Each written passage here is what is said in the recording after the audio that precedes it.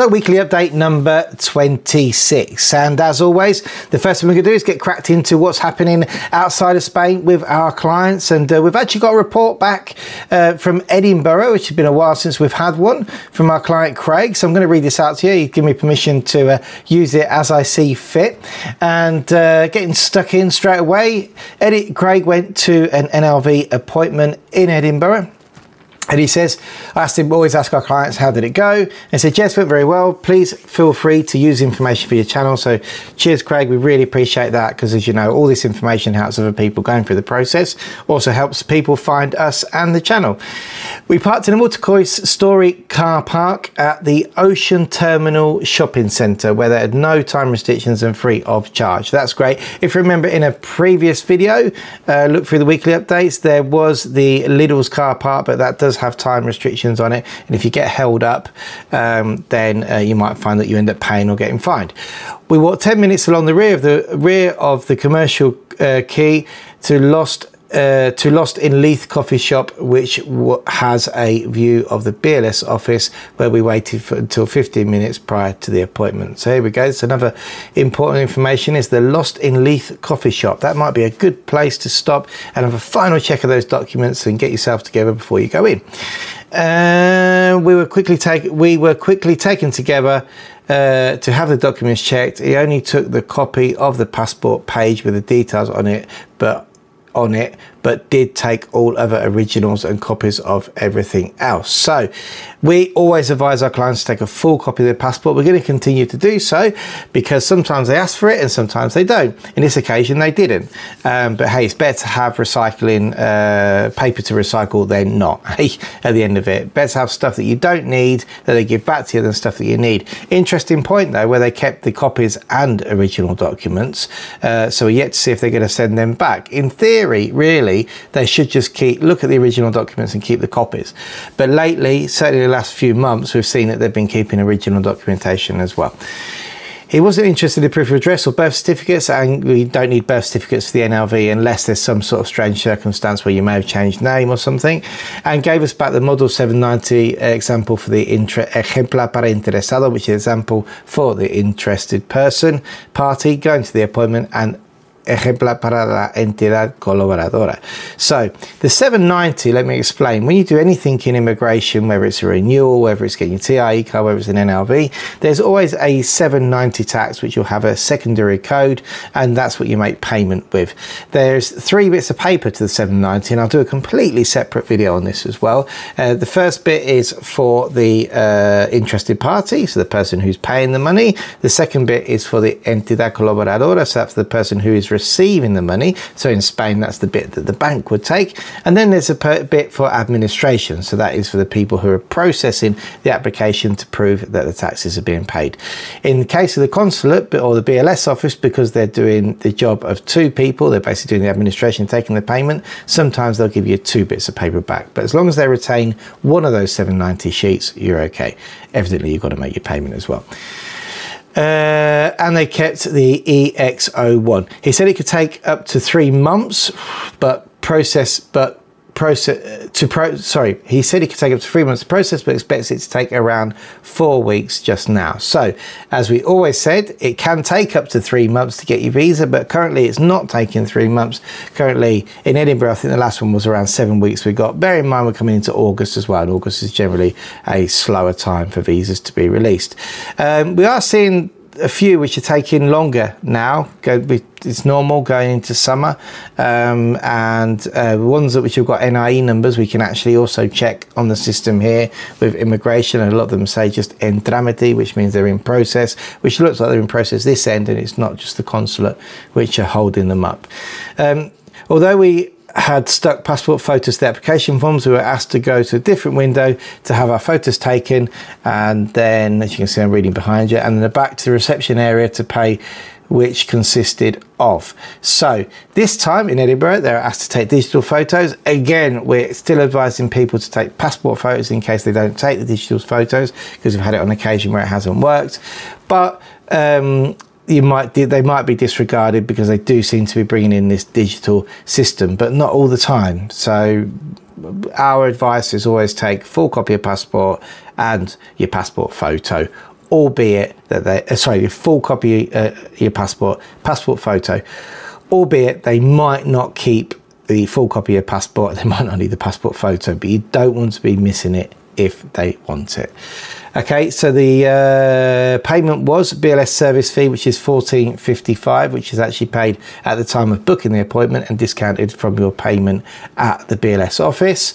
Courier next day, $24.95. Now that's interesting because they haven't put theirs up to $29.95 as reported back from Manchester the other day.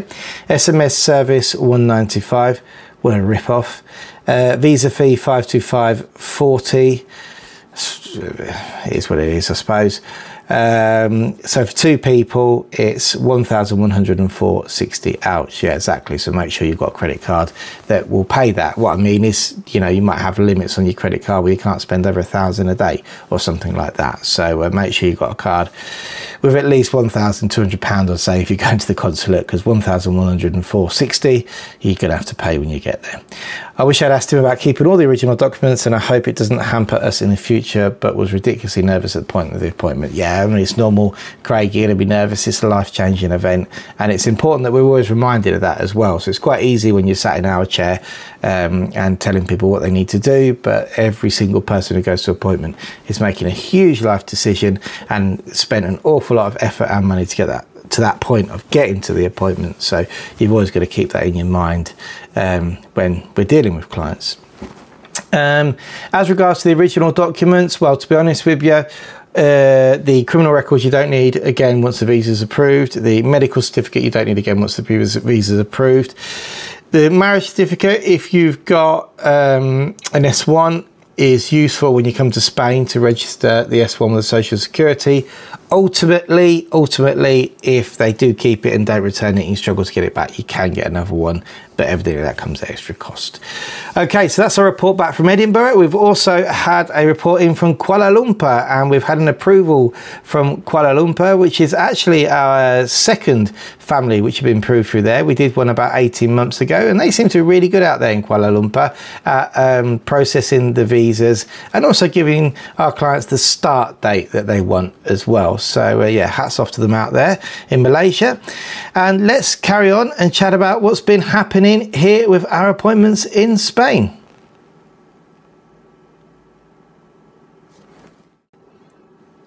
So what's happening here with us and our appointments? Well, the big news is that we managed to get 3 appointments in Almeria, which we know there's actually been. We saw on Facebook that there was a protest. Does anybody know about this?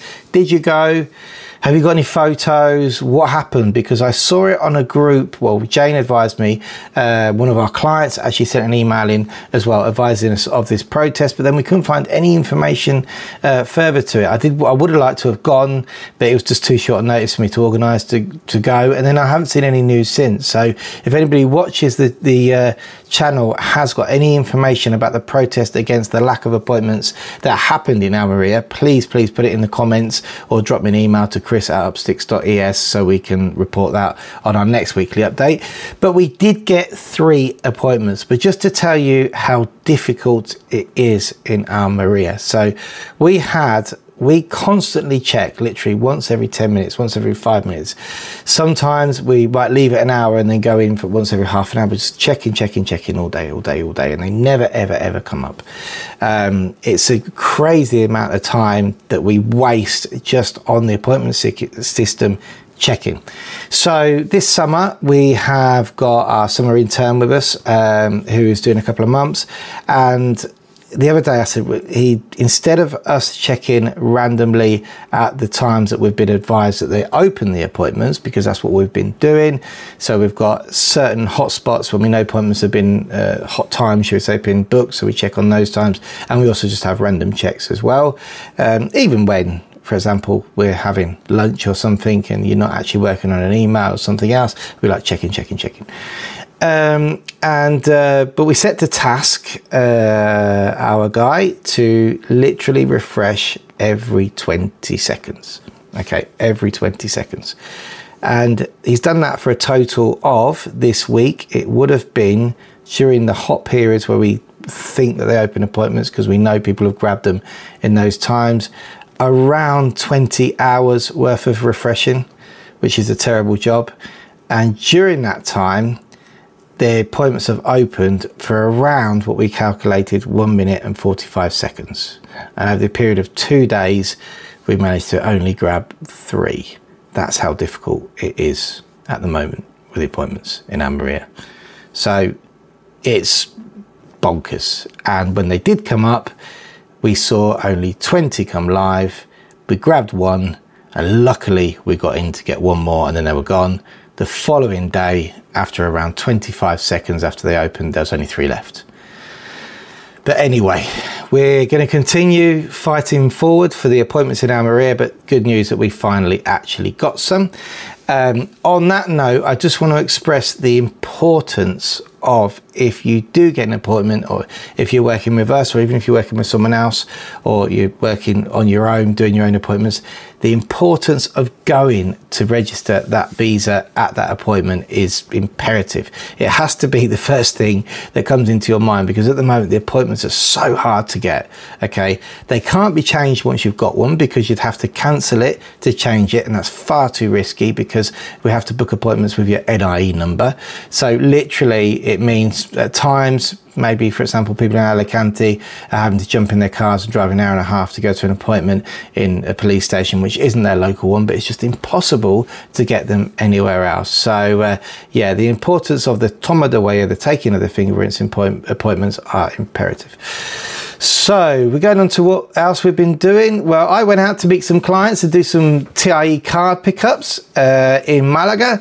Again, got there in the morning, lady on the door, 2 clients. I said, hey, how you doing? They're here to pick up their cards. We always give everybody a bit of a training course on what they need to do if they go in the case, or in the event that we're not actually allowed in with them.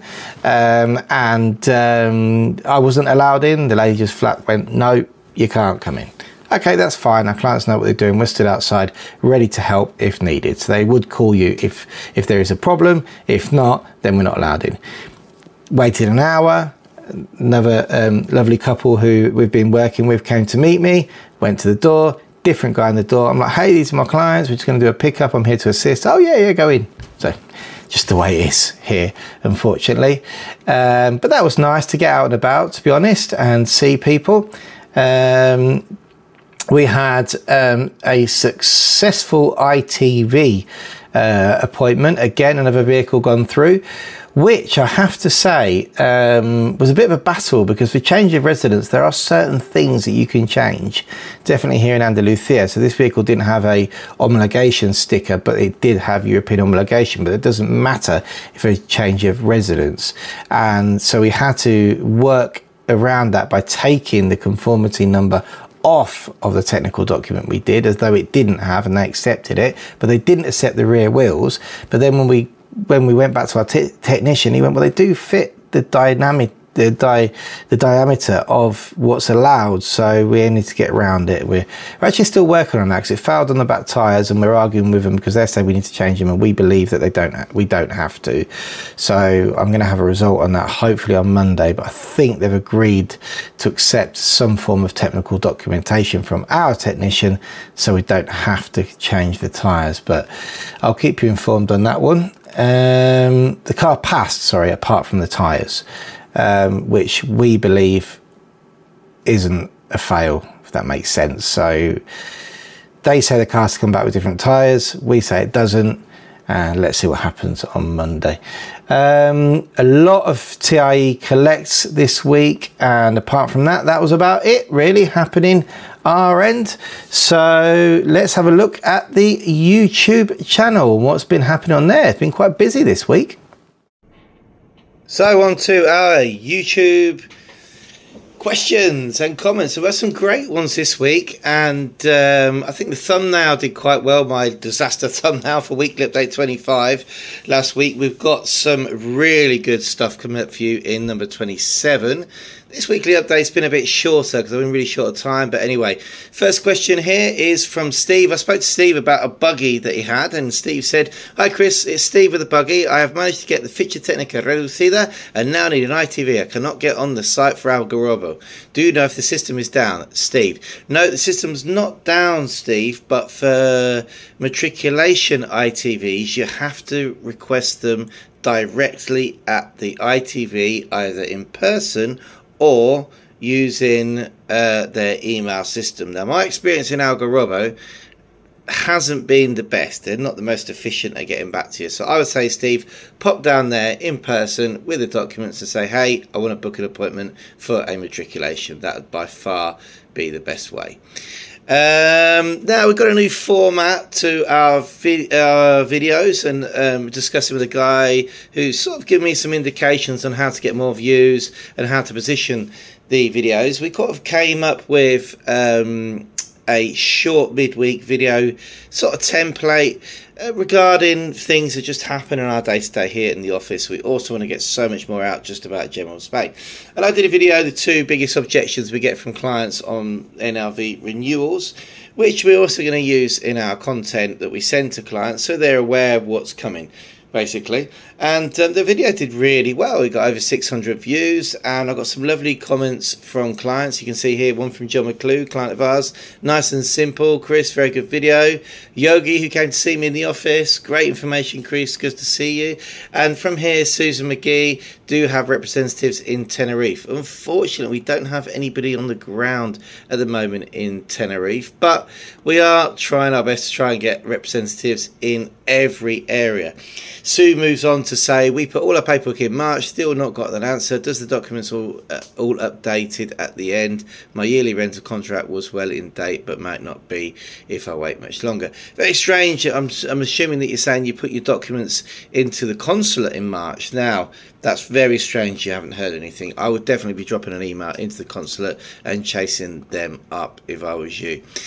This is again on the same video, the 2 big objections from visa renewals. You can find it on this channel, so check it out. From Kev the Argonaut, again our client Kev and his family, caught up with him the other day, dropped in an email actually, just to say hi, because I don't get to speak a lot on the client's stage 2, they're dealing with Jay. And Kev said, "Interesting stuff. Have to echo what Kerry Summers said." Oh, I should have done that comment first, but I'll do it now. About your services, it's not only getting all the ducks in a row for the appointment where your help is invaluable. It is, let's take a random example, when they want an original version of a document from Spain within 10 days and they have your passport. Your service paid for itself just on that little hiccup, as well as handling all the appointment bookings, nightmares for registering the visa in Spain, and the personal hand-holding at the cop shop. After my experience with your team's expertise, I find myself recommending you all the time to NLV questions on forums. We can't thank you enough, Kev. Lots of our business comes from referrals, and you know, it's so nice that you guys out there waving the flag as well. I want to get now this comment from Kerry. Let's have a look at the comment from Kerry. So, I've got to find it first. Here we go. Kerry Summers says, "This young man has supported us every step of the way of our application. I don't know what we would do without Chris and Upsticks." Thank you, Kerry. That was absolutely fabulous to get that. And we're currently going through your renewal, and we can't wait to get your approval and get you in for another 2 years. Now, moving on to Ant and Kez, some more of our followers who we met in Malaga this year, had a lovely meal, and I have to first say thank you so much for the lovely postcard that you sent us. It was amazing. We don't get postcards very often, so even if you guys, if you would like to send them, whether you're in the UK, whether you're in Spain, or wherever you are, please send us a postcard, because it is just so nice to get them. We really, really do appreciate it. And you'll see the postcard on the thumbnail. So that is the actual postcard that we got in the office. It was fantastic. Nice video, Chris. Quite a APT for us at the moment. Kay's waiting for Italian citizenship. Let's hope that comes through from the Italian consul here, and they had 2 years, so can't get her Italian passport. 2 years and 15 days later, we have just had contact from them this week asking for 2 more documents, translations and a signature legalised, as I am not an EU citizen. Dolt. And using a specialist in Italy, thankfully. So good and bad news, haha, makes Spain sound easy. Thought that might be interesting comparison for your viewers, but be glad when I get my EU passport. Ciao for now. Yeah, for sure. Then I mean, both you'll have EU passports, so your passage to Spain will be an awful lot easier than before. And now this last one here from registering a car in Spain, quick guide. Hello and thank you for your guide here. I have some questions for you. I'm a Swedish citizen. I have a second home, vacation home in Spain. I now want to buy a car, or actually 2 cars. The plan is to buy them in Germany and drive them to Spain. How do I do at the border? The vehicles are only going to have the temp plates, export plates from Germany, and second, how and what do I do to register them in Spain? Then another question, once they are registered, can I drive around on my Swedish driving license due to our primary residence in Sweden? And now these cars are supposed to be in Spain and registered in Spain. I'll probably call or contact you when coming closer to buying. Please do give us a call. Everybody's circumstance is different, but look, first things first, if they're coming from Germany, evidently they're coming from the EU, so there's no problem on the border at all. You can drive over with your temporary residency plates. Once you're in Spain, it's advisable to get the P provisional plates, which lasts for 60 days while you're doing things like registering local taxes and passing the ITV, which if you're in our area or an area that we service, we definitely will be able to help you with it. So drop us a line. We've done many of these cars from Germany. They're our favourites because they come in left-hand drive, they come in from the EU, so there's no need for customs, and they normally fly through. Just one very important point, remember to get the original documentation put into your name, or you could be liable for transfer of ownership tax along with the other fees which are involved. So there we go, that is our YouTube comments. You will probably see that the video at the back here is of Cadiz and me walking around. It's one I found in the archives. I've been digging deep to show you more stuff. Now, what about Spain? What have I got to tell you today? Well, something a little bit different.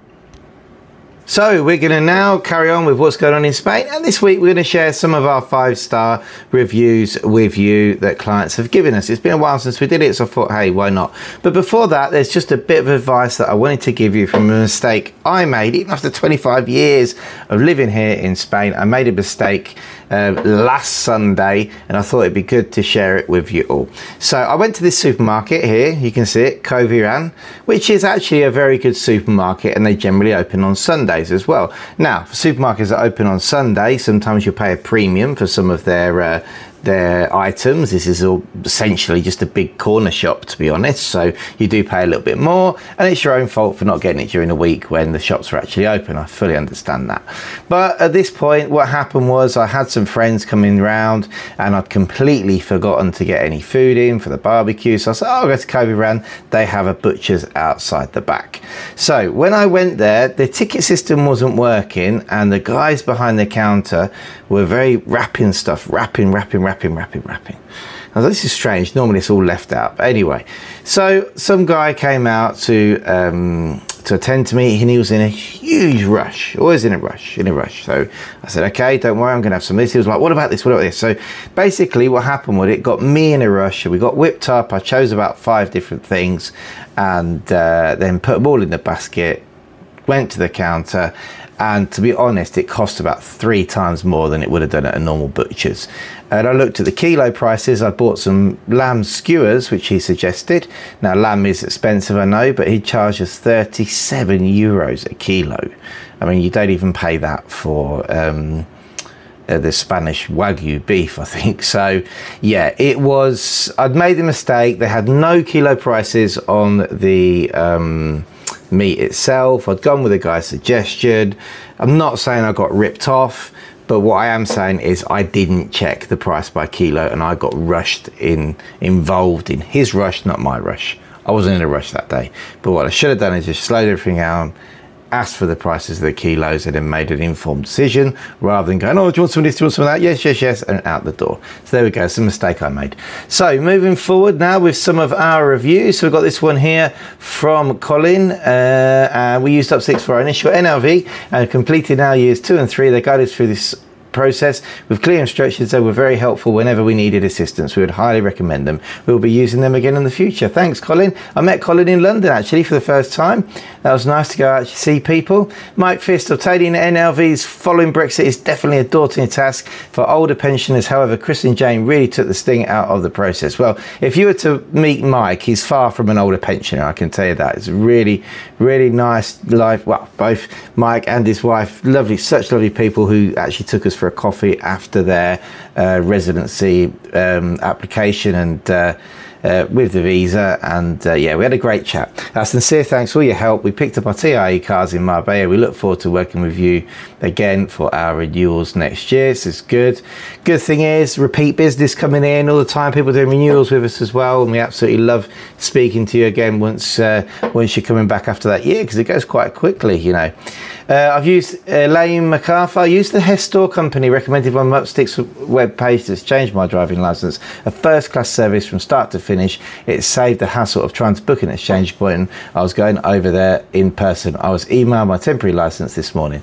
Thanks, Elaine. Your license will be winging its way through to you. We've got a great system set up with Gestoria, Lithana. It all comes through us, straight out to them. You don't have to go to an appointment at DGT. License gets posted to you.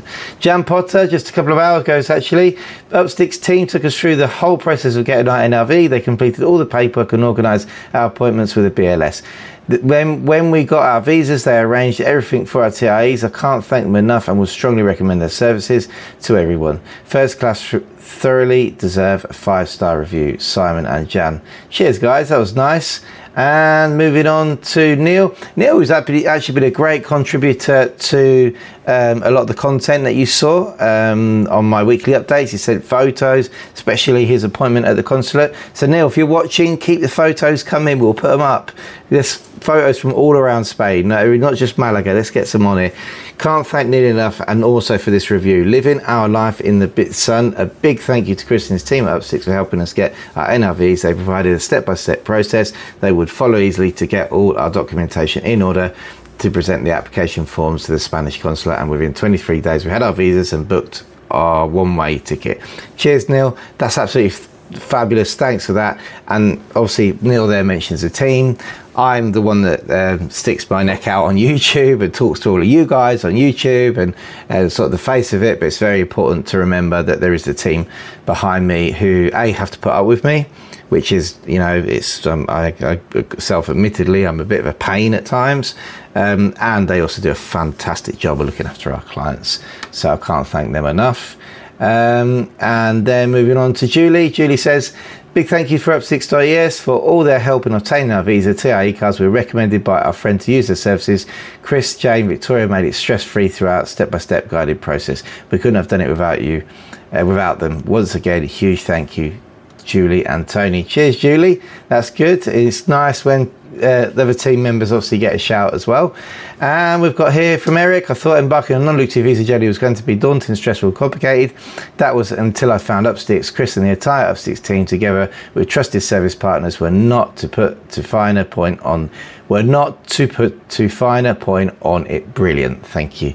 The entire process of our initial inquiry through to visa approval was conducted with complete professionalism. The support and advice was always there when needed. If you had a question, it was answered and dealt with swiftly. Nothing was too much trouble. I cannot thank Chris and the whole team at Upsticks enough for their expert professional service and providing a smooth and hassle-free experience. I would strongly recommend anyone looking to relocate to Spain to engage the services of Upsticks. That's such a lovely review. Thank you so much, Eric, who I actually spoke to today as well. So just if you've got any questions, you know, you can email them in to me. We'll try and book in a call to have a chat to you as well. Even if you've used our services before, we're coming up to renewals. The earlier you ask the questions, the better, really, so you're well prepared for when it's your turn.